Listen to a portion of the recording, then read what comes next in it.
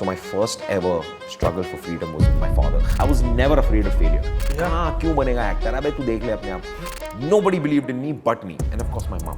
माता पिता का तुम्हारे जीवन में होना दोस्त, इससे बढ़िया आशीर्वाद कुछ नहीं. Whose story you're going to share today? The OG of it all, Sardar Vallabh भाई पटेल. गांधी जी, नॉन वायलेंस, और सरदार वल्लभ भाई पटेल, उनको लगता है कि भाई ये बिना डंडे और बिना लाते जूतों के नहीं माने. पोल्स अपार्ट है. तो ये जिम्मेदारी उन्होंने सरदार वल्लभ भाई पटेल को दी. इनफैक्ट वल्लभ भाई पटेल को दी थी. वो सरदार नहीं थे. मैं बताता हूँ क्यों. करेक्ट. आजादी थाली में सजकर नहीं आई थी, टुकड़ों में बंटकर आई थी.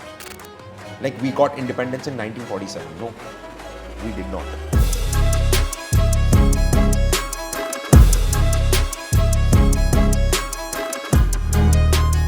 Najaria presents Jan Gan Man, only on Jio TV and Jio TV Plus.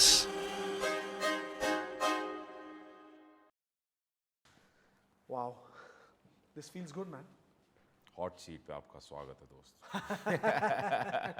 कैसा है? How are you? I am fantastic. I am on top of the world. Top of the world. As always, as always. तू कैसा है? It's good, man. Good. It's so wonderful to see you in front of the camera, man. Yeah. This is so unlikely. It is, no? I've always seen you behind the camera shouting your guts. कि रित में क्या कर ले, ये कर ले. But today we're like, Today others are shouting at me. yeah, man. Yeah. Come on, get on, we're late. Cox is our man behind the camera. My man behind the camera for almost what? A decade or more? Yeah, easy. More than a decade, no? Easy, yeah, easy. And it's the beginning of my career. Yeah, man. Yeah. Like, wonderful, man. I'm so happy we're actually finally doing this, man. है ना? Like, you and I have had multiple conversations about so many different and varied things, but ये ऐसे कभी करने का मौका नहीं मिला ना, like with just these 10 people in the room and hopefully all your followers later watching it. But Hopefully, yes, no, yes. but okay, so firstly, okay, let me try and be a little host like. Oh, let's do it, man. Let's see. Yeah, yeah. Come on. Now I'm in pressure. Now it's full pressure. Come on, Cox. I can't clearly do what you do. Cut. एक second. थोड़ा light. एक second. Done. हाँ, ready. ठीक है sir. One. Okay, thank you. No, but Cut. Guys, is the face looking all okay? Everything is no? ये Not shoot looking नहीं होने okay. देगा. ये शूट नहीं होने देगा. ये करता है ना जब हम लोग जाते हैं. Okay, we're ready for our links. Okay, I'm on stage. Take. एक मिनट रुक जा. 50 चीजें बीच में आ जाती है, Cox. But go for it. Damn. No, but okay. So welcome to Jan Gan Man. I'm so happy that you're doing this. Yeah, man. I'm so happy that I'm doing this with you. Yeah. And like I was trying to say, is that I think you're so multifaceted. And when I was creatively heading India's Got Talent, I remember we worked very, very closely for about 5-6 months during that time. Yeah. And apart from your hosting talents, got to see just the multitude of things that you do, from playing instruments to magic, which is just the professional side of things, stunts, parkour, all of that. But just the human side of you, man. I instantly fell in love with the human that you are. Thank you, man. And I think all of us in this professional, our industry also, I don't think we pay enough compliments to each other. And enough compliments that we mean to each other. I agree with you. Not just to kind of get your work done. There are a host of those. But I think I really fell in love with the guy that you were because you were just, you were always up for a challenge. Yeah. You always said yes to everything. I don't remember you saying no to anything. Now, before we get into the show and everything else, what is this yes theory that Ritwik follows? Is that something only for us, or is this something you do? This is a theory that I follow. The theory is called the yes and theory. The yes and theory is a very imperative improv exercise that I have sort of taken way too seriously in life. हम improv में क्या होता है? Improv is when you're thrown into a situation and you don't know what's going to happen next. Correct. Right? The only rule when you're playing improv on stage is that you can't say no. No matter what comes to you, say yes and. कि ये कर पाएगा हाँ और क्या? कैसे? Move the scene forward. Move the scene forward. Yes nice, and. Nice. My point is, life is like a scene, isn't it? You're always going to be thrown into situations which you're not going to be prepared for. So the moment you say no, you're automatically, you know, stopping from magic to happen. And magic always happens in the unknown. Poetry lies in the unknown. And to reach the unknown, you always have to say yes and. Okay, let's do it. ज़्यादा क्या हो जाएगा? नहीं होगा ना, कोई बात नहीं. Let's give it what we have. Also, see, so I've been doing TV for about 17 years now. Yeah, And I man. know you've also been doing it for 12. over a decade. 12 years. Yeah. Of course, you as an actor and your acting prowess is very, very well known. But I think what you're even more known for is the shows you host. Yeah. Because I think that's where the human side of you comes through. Because Yeah. of course it's a reality Correct. format, reality show. And the way you kind of connect with people and their stories. This endeavor that we're doing today, which is Jan Gan Man, we were kind of talking about the art of storytelling. And we're hoping to kind of, just put out stories of our forgotten / not so well known / very, very well known as well, but not spoken enough about heroes. About. I think it's just a little small bit Yeah. on 1947 Productions Yeah. and Jan Gan Man and my side to kind of put this out into the limelight. Right. I think the endeavor for us also through Jan Gan Man is to talk about these freedom fighters, Yeah. heroes, all of that, but do it in an interesting, entertaining, lighter style, like Yeah. storytelling, Yeah. rather than make it seem like it's a lecture. Yeah. And hopefully do it through the medium of celebrities and opinion makers like yourself, Yeah. which kind of ensures that it reaches more people. And I'm very, very excited to understand and to hear whose story you're going to share today. Whose story am I going to share today? Okay, let me see. If I say Iron Man, what comes to your head? Sardar Vallabhbhai Patel. There you go, my man. But mostly people, when you go out there, and I was like, Iron Man, I was like, oh, Tony Stark, of course. Stark Industries, of course we know. Tony Stark. We have our own Tony Stark, now bigger than Tony Stark, what am I saying? Yeah. But we have our own. The OG. The OG of it all. The Iron Man of India, Sardar Vallabhbhai Patel. कि मुझे बताओ काके कि कोई सरदार कब कहलाता है? जब वो बिना राजा कहलाए राजाओं के काम कर जाता है. कोई सरदार कब कहलाता है? जब वो स्वयं के हित से ज्यादा जनहित को अहमियत देता है. तब जाके एक राजा सरदार कहलाता है. Statue of Unity, Yes. 182 meters tall, about 600. Almost 600 feet. Almost 600 foot. दुनिया का one of the biggest, I think दुनिया का biggest statue जी. है ना.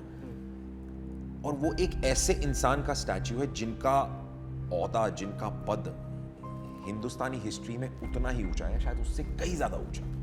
So well said, yes. 31st of October 1875 जब वो पैदा हुए थे. और सरदार वल्लभ भाई पटेल बचपन से ही I feel he was born with the power of being limitless.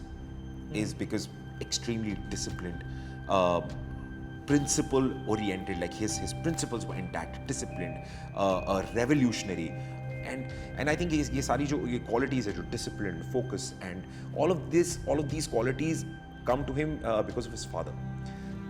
You know, his father himself was a freedom fighter during the uprising of 1857.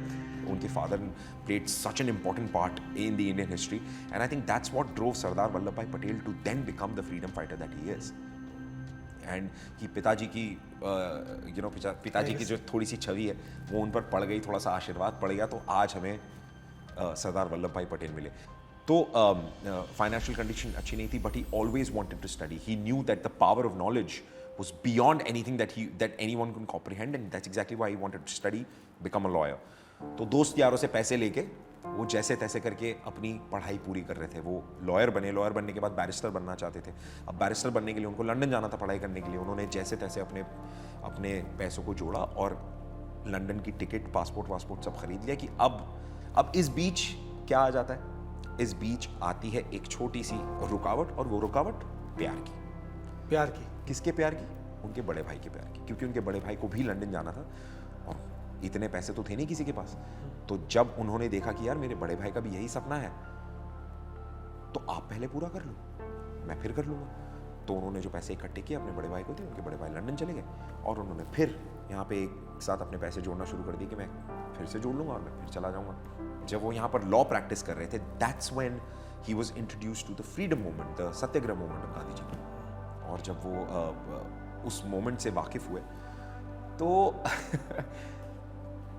तो एक पोल्स अपार्ट है।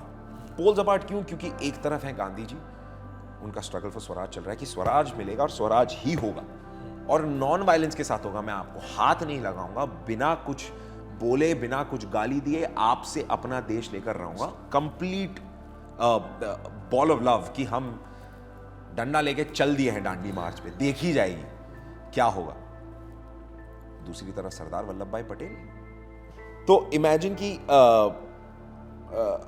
गांधी जी नॉन वायलेंस और सरदार वल्लभ भाई पटेल, उनको लगता है कि भाई ये बिना डंडे और बिना लाते जूतों के नहीं मानेंगे, इनको यहाँ से मार के भगाना पड़ेगा यहाँ से, हमारे देश से। तो अब सोचो कि इतने दो बड़े पावरफुल लीडर्स हैं। हम आजकल बैठते हैं ना, डायरेक्टर एक्टर सामने बैठा है, क्रिएटिव डिफरेंसेस, मैं तेरे पे चढ़ जाऊंगा तो बोलेगा ये नहीं वो नहीं, क्रिएटिव डिफरेंस। वहाँ पर दो फ्रीडम फाइटर्स इतने क्रिएटिव डिफरेंस पे चल रहे कि नहीं भाई ऐसा नहीं ऐसा होगा, ऐसा नहीं ऐसा होगा। So the interesting bit is कि they both came together to become India's most strongest force. He was one of most important alliance of Gandhi ji at that point in time. How did that happen? And what did that do for the country? So that's what sort of gave us the India that we see today. कि पतला दुबला सा एक आदमी राजा की तरफ वफादारी के कागज को फाड़ रहा था।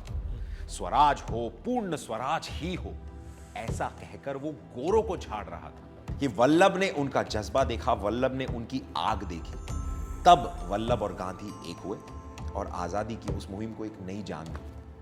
अपना कोट त्याग कर जला दिया उन्होंने, खादी ओढ़ी, तब वल्लभ से वो वल्लभ भाई बने।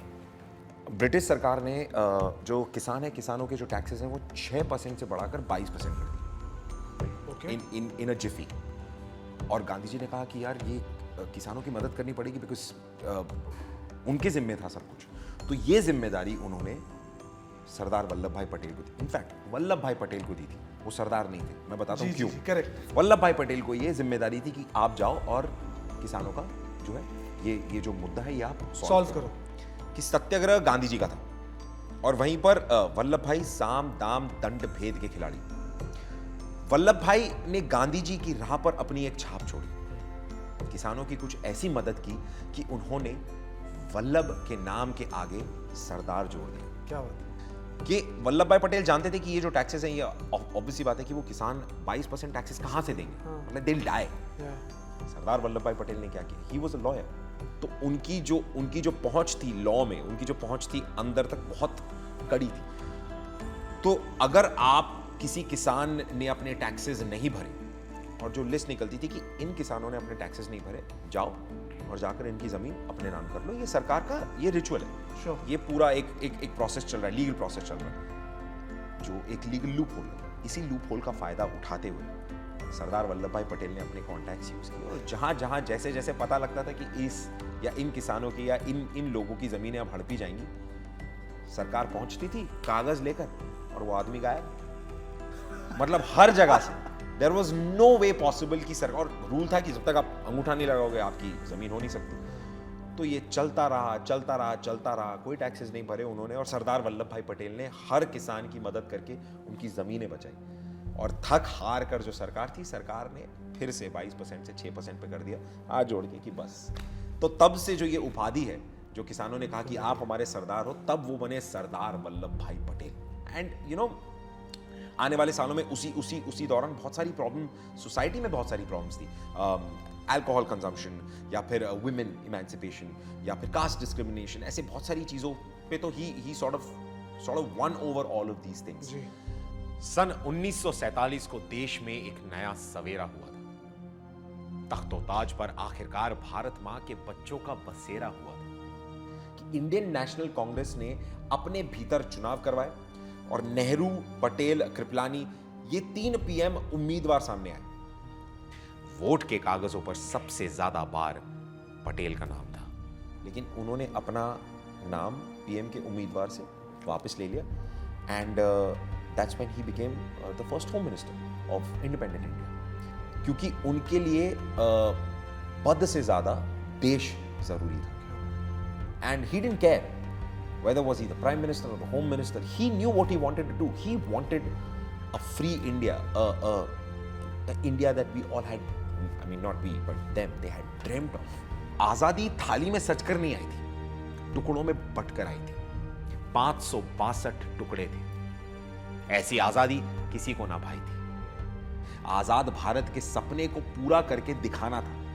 562 राजा महाराजाओं को एक भारत का सपना दिखाना था. ये बहुत मुश्किल होता है काके कि इतने राजाओं को, निजामों को ये समझाना कि आप हमारे साथ जुड़े, आप हिंदुस्तान के साथ जुड़े तो आपको क्या फायदे होंगे, आप क्यों, हम एक, why should we be one nation. तो ये इतने सारे लोगों को समझाना wasn't easy. Most of them मान गए क्योंकि कई सारे लोग हिंदुस्तान के साथ जुड़ना चाहते थे, लेकिन ऐसे कई सारे लोग थे जो नहीं भी जुड़ना चाहते थे. उनमें से एक स्टेट था हैदराबाद. हैदराबाद के जो निज़ाम थे उन्होंने कहा कि हम अपना एक अलग देश बनाएंगे. अब सरदार वल्लभ भाई को पता था कि हैदराबाद मतलब if we lose Hyderabad it's a huge loss. Correct. आप मैप देख लो ना, हाँ आप इमेजिन करो कि हमारे देश के बीचों बीच में एक दूसरा देश है.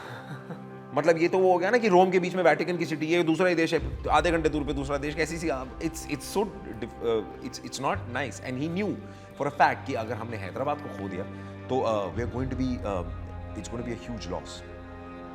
तो जैसे सरदार है, साम दाम दंड भेद, उन्होंने सब लगाया.